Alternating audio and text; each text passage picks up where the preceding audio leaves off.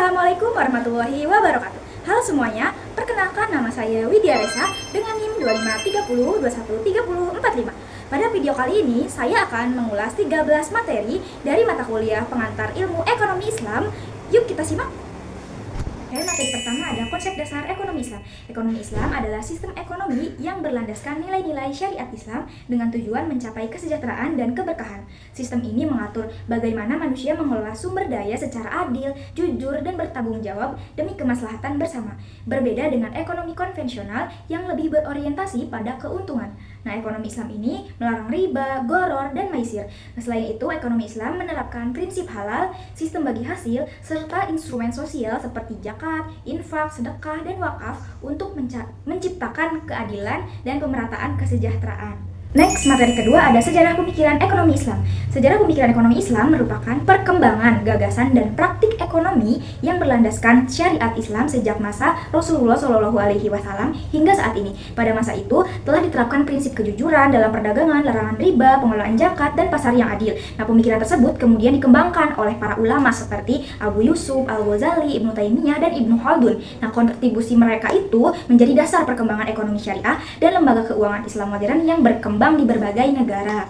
Next, nomor 3, maqasid syariah. Maqasid syariah adalah tujuan-tujuan syariat Islam yang bertujuan mewujudkan kemaslahatan dan mencegah kemudaratan dalam kehidupan manusia. Nah, menurut Imam Asy-Syaitibi terdapat 5 tujuan utama, yaitu yang pertama menjaga agama, jiwa, akal, keturunan, dan harta. Nah, dalam ekonomi Islam, seluruh aktivitas ekonomi ini harus mendukung terpeliharanya 5 tujuan tadi. Nah, karena itu Islam mendorong kegiatan ekonomi yang halal, melarang riba, mewajibkan zakat, serta melindungi hak kepemilikan agar tercipta kesejahteraan yang berkelanjutan. Next, materi teori permintaan dan penawaran dalam Islam. Permintaan adalah keinginan konsumen terhadap barang atau jasa yang disertai kemampuan membeli, sedangkan penawaran adalah jumlah barang atau jasa yang ditawarkan produsen kepada pasar. Nah, keduanya ini menjadi faktor penting dalam pembentukan harga. Nah, dalam ekonomi Islam, mekanisme pasar tetap berjalan melalui interaksi permintaan dan penawaran. Namun, Islam melarang praktik penimbunan barang, monopoli, manipulasi harga, dan kecurangan. Karena apa? Karena dapat merugikan masyarakat serta mengganggu keadilan pasar. Next, ada materi teori produksi Islami. Nah, produksi adalah kegiatan menciptakan atau menambah nilai guna barang dan jasa untuk memenuhi kebutuhan manusia. Dalam Islam, produksi tidak hanya bertujuan memperoleh keuntungan, tetapi juga memberikan manfaat bagi masyarakat. Nah, hal ini sesuai dengan Quran Surat Al-Jumu'ah ayat 10 yang memerintahkan manusia untuk berusaha dan mencari karunia Allah Subhanahu wa Ta'ala.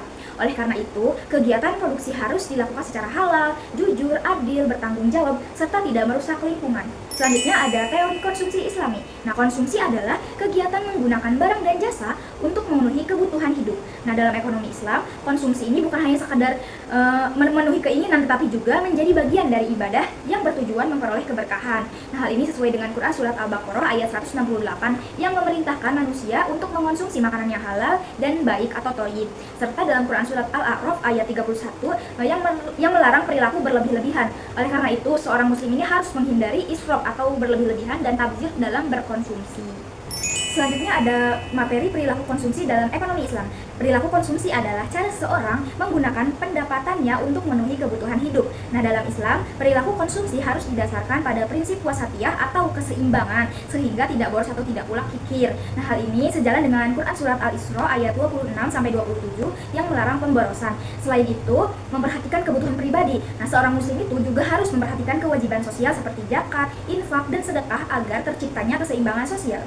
Next, ada materi distribusi pendapatan dalam ekonomi Islam. Distribusi pendapatan adalah proses penyaluran kekayaan dan pendapatan agar dapat dinikmati secara merata oleh masyarakat. Nah, Islam menghendaki agar kekayaan ini tidak hanya beredar di kalangan kelompok tertentu saja. Sebagaimana dijelaskan dalam Quran Surat Al-Hasyr ayat 7, nah Islam ini menyediakan berbagai instrumen didistribusi seperti zakat, infak, sedekah, wakaf, nafkah, dan warisan. Nah, dengan distribusi yang adil, kesejahteraan masyarakat dapat meningkat dan kesenjangan sosial dapat dikurangi.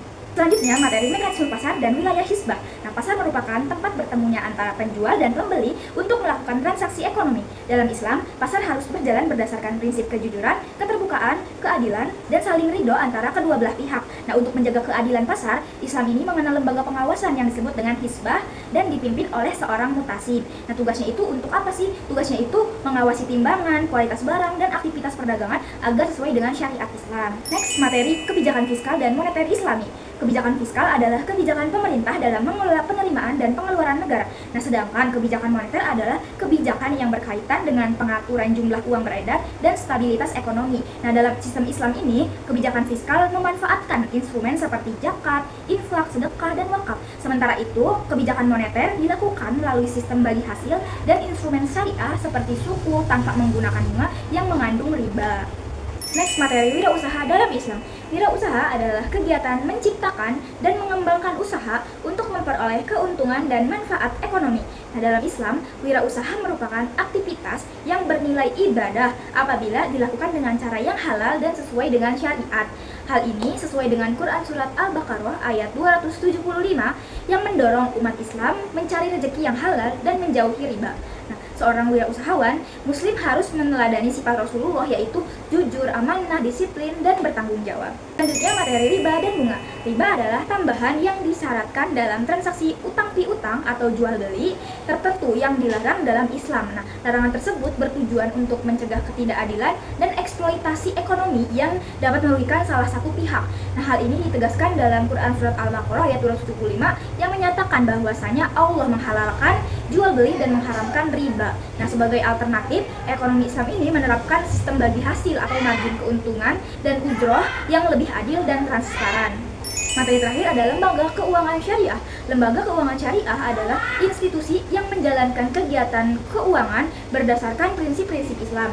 Nah, dan berada di bawah pengawasan syariah. Nah, tujuannya untuk apa? Tujuannya itu tidak hanya mencari keuntungan, tapi juga mewujudkan keadilan dan kemaslahatan ekonomi. Contohnya, lembaga keuangan syariah antara lain bank syariah, asuransi syariah, suku, pegadaian syariah, dan lain-lain. Nah, seluruh kegiatan operasionalnya ini harus terhindar dari riba, gharar, maisir, sehingga transaksi yang dilakukan ini sesuai dengan syariat Islam. Oke, dari seluruh materi yang telah dipelajari dan dapat disimpulkan bahwasanya ekonomi Islam merupakan sistem ekonomi yang berlandaskan tauhid, keadilan, dan kemaslahatan. Nah, seluruh aktivitas ekonomi ini mulai dari produksi, distribusi, konsumsi, pasar, hingga ke lembaga keuangan diarahkan untuk mencapai falah, yaitu kesejahteraan dan keberhasilan hidup di dunia maupun di akhirat. Sekian review materi yang dapat saya sampaikan. Kurang lebihnya mohon maaf. Wassalamualaikum warahmatullahi wabarakatuh.